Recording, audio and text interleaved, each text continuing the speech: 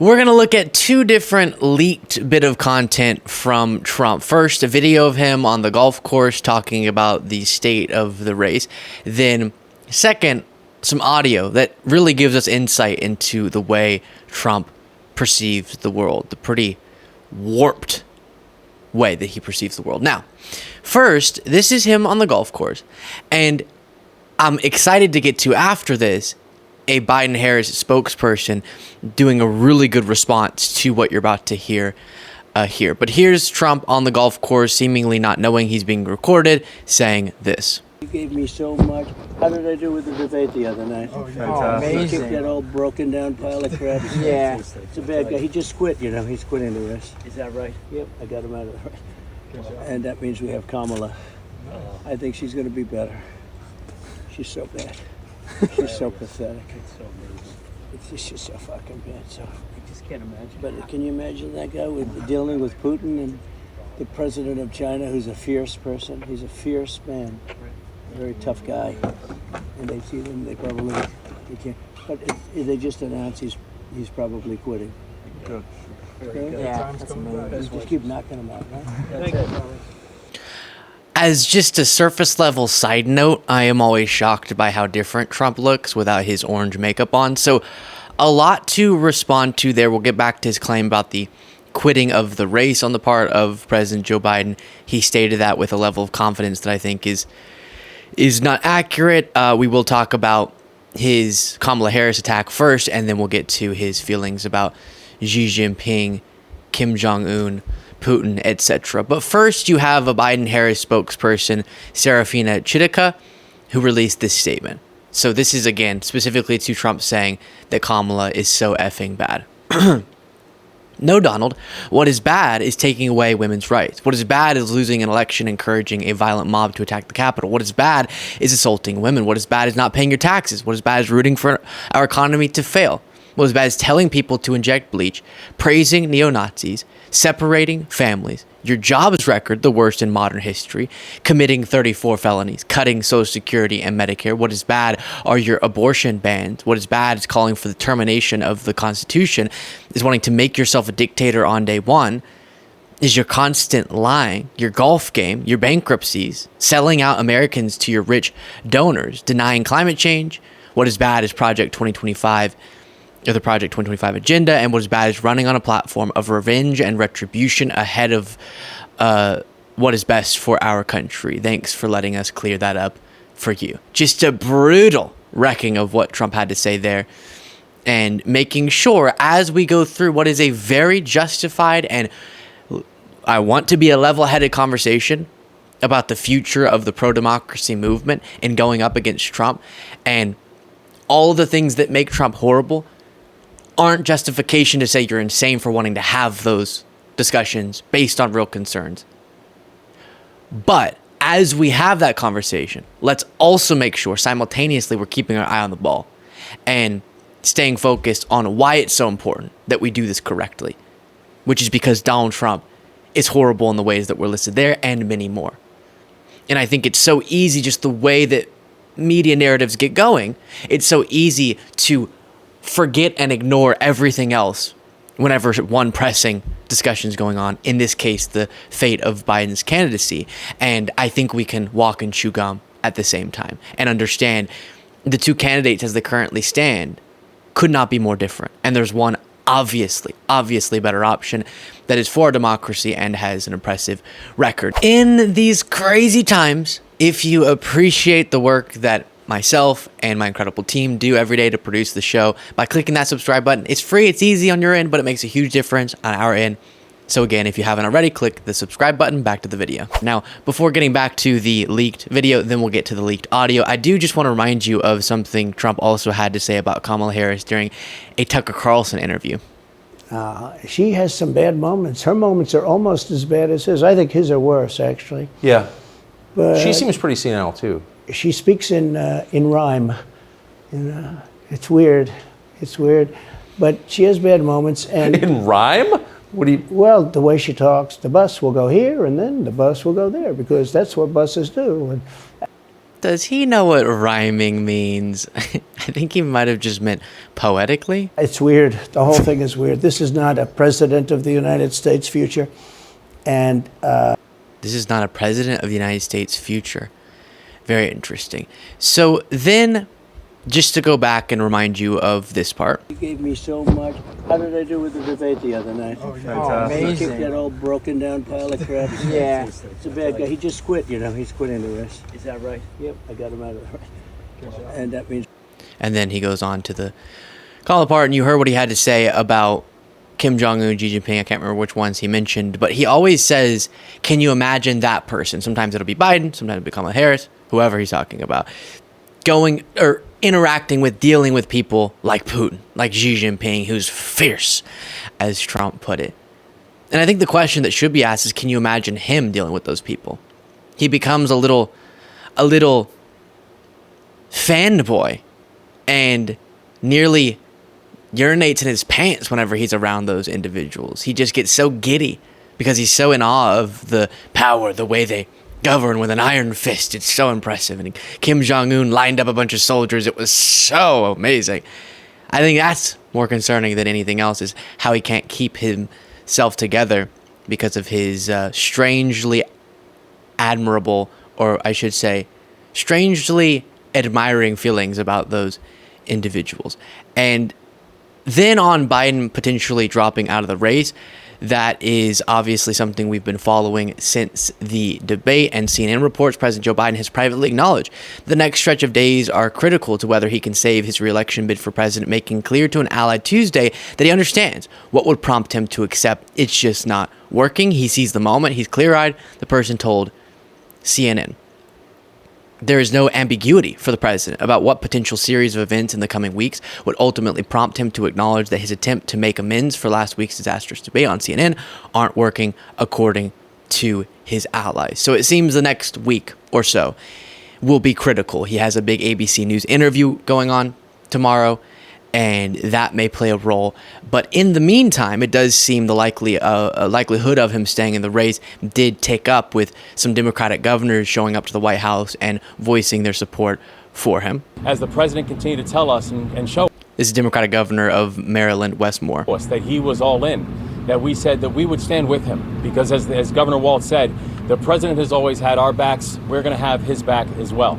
Because the results that we've been able to see under this administration have been undeniable in all of our individual states. But the thing that makes us most optimistic and most hopeful is not necessarily that we're afraid of an alternative, but also is that we're hopeful for the future.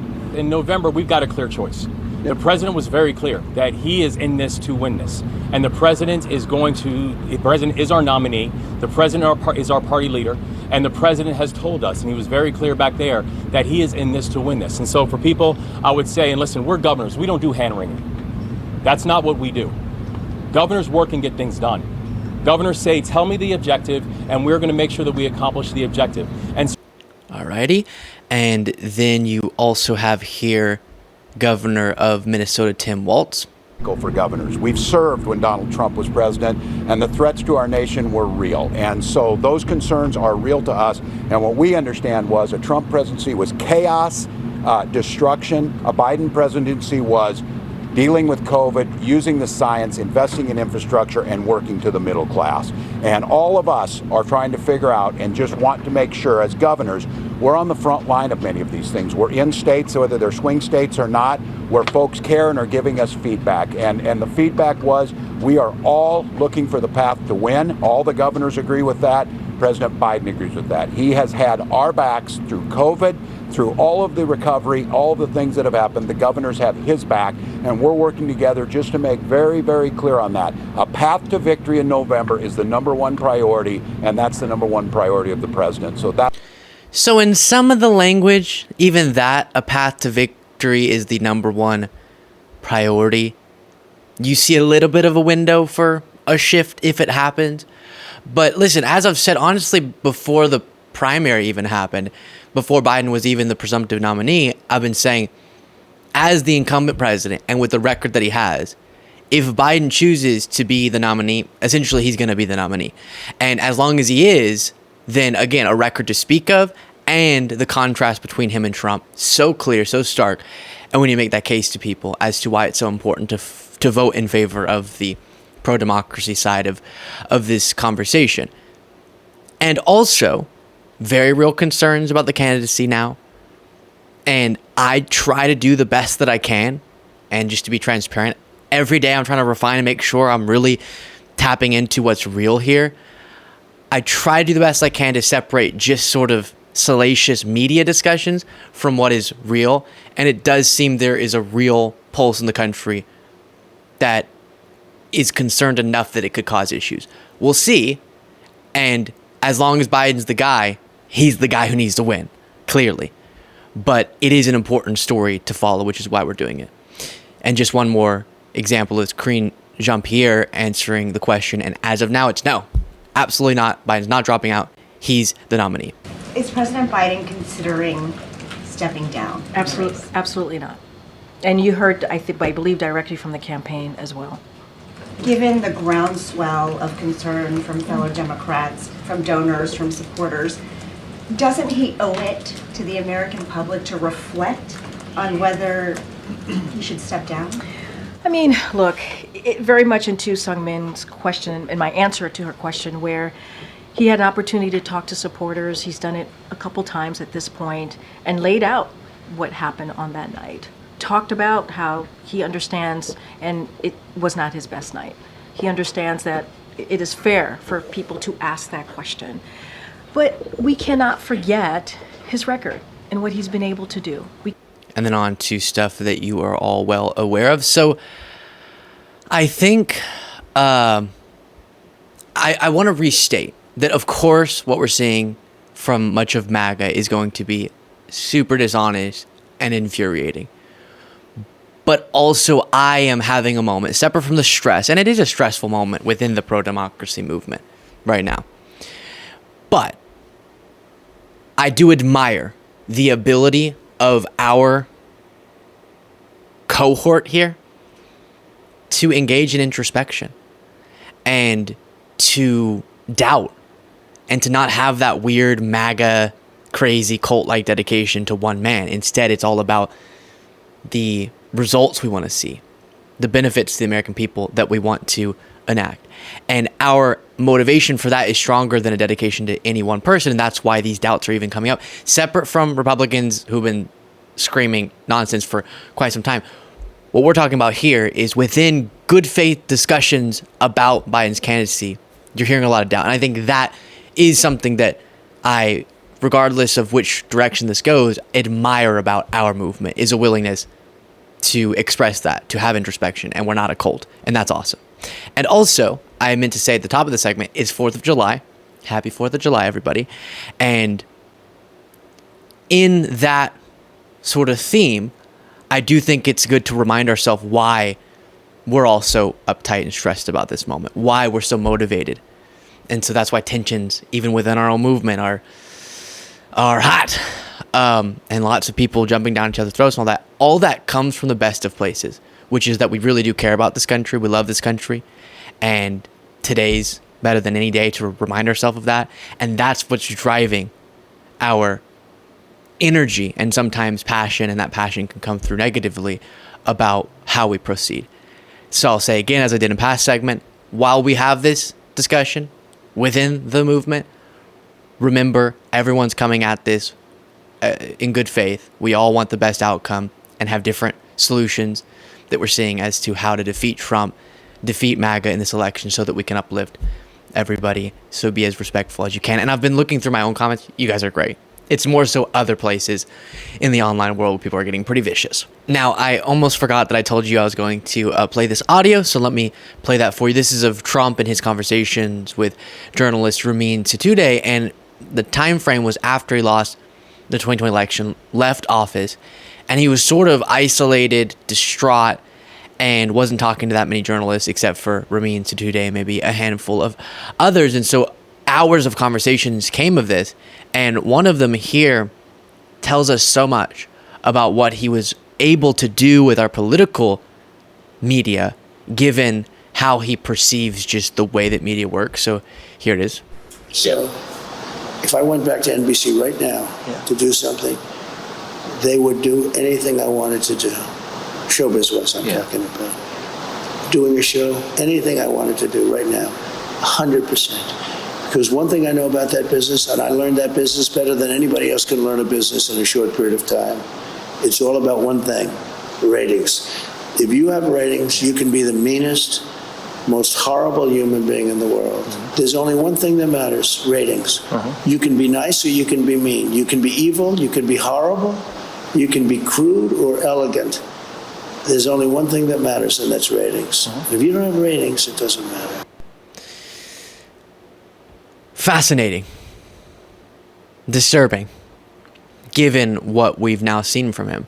And I think his feeling that you can wield the power of media to your will as long as you're giving them ratings, the only way, because of him now needing to be covered, because he's the presumptive nominee and a massive threat, the existential threat to our democracy, the important thing is how he's then covered. And I think one of the ways that we allow him to wield the power of the media, as he's mentioning here, is by not always properly contextualizing the things that he's saying. And that's why it's become so difficult to ever play just a full Trump speech, because he'll lie so many times that you can't go in and fact check every little thing, and instead focusing on certain moments and then dismantling them is how it has to be done. That's how I try to do it. But he has shown, based on this belief about how media works, a characteristic of, and you can hear it here, he's like, you can be horrible like me and you can still get what you want. You can be opposed by many of the figures and still get what you want out of them if you're giving them ratings. And that's a frightening thought. It's why we have to be hyper vigilant about how we discuss him. Let me know what you thought of that in the comments. If you want to get the extra episode of the show daily, plus by doing so, you're supporting the work that we do. You can do so by clicking the join button below.